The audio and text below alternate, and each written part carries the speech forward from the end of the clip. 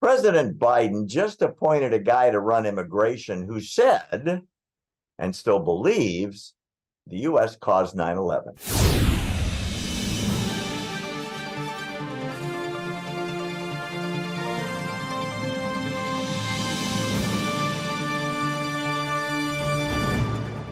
Let's talk about a new appointment of Joe Biden. This fellow. He looks like a fairly nice guy, right? Looks like he's not going to bother anybody too much, right? Looks like he's the type of person that should be appointed. Let me tell you who this guy is. His name is Ramzi Qassam. The Biden administration has picked him to be White House domestic policy senior advisor for immigration. This guy came out and said 9/11 was America's fault, not the terrorists who killed thousands and changed the world forever. It was America's fault. Oh, something just happened that day. Some people died. Something. Oh, it's much worse. It's much You're worse. Talking about our favorite congresswoman. This guy, when he was at Columbia University, founded an organization called Tarath, which is a Muslim student organization, another one, Qanun, and they held events where there was no Israel on the map. It was replaced by a non-existent Palestinian state. He would write letters saying that Israel is slaughtering Palestinians. He supported the BDS movement to destroy the state of Israel. He says, this is unbelievable, that he and his followers said that Jews exist only to dip their matzah in the blood of Palestinian children. And he bragged about him throwing rocks at Israeli troops. Now, based on this incredible background, he is now in charge of immigration to the United States. And you're going to love this. You're going to love this. He is the Soros Fellow for the foundation established by the brother of George Soros. That's where his stability and his financing comes from. He wants to change America by supporting Al-Qaeda, by supporting numerous terrorist organizations.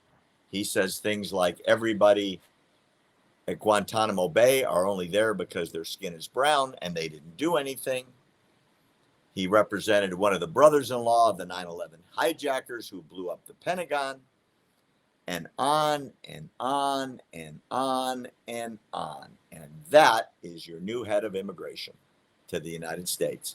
I wonder what kind of people he wants to bring to your country. Any idea?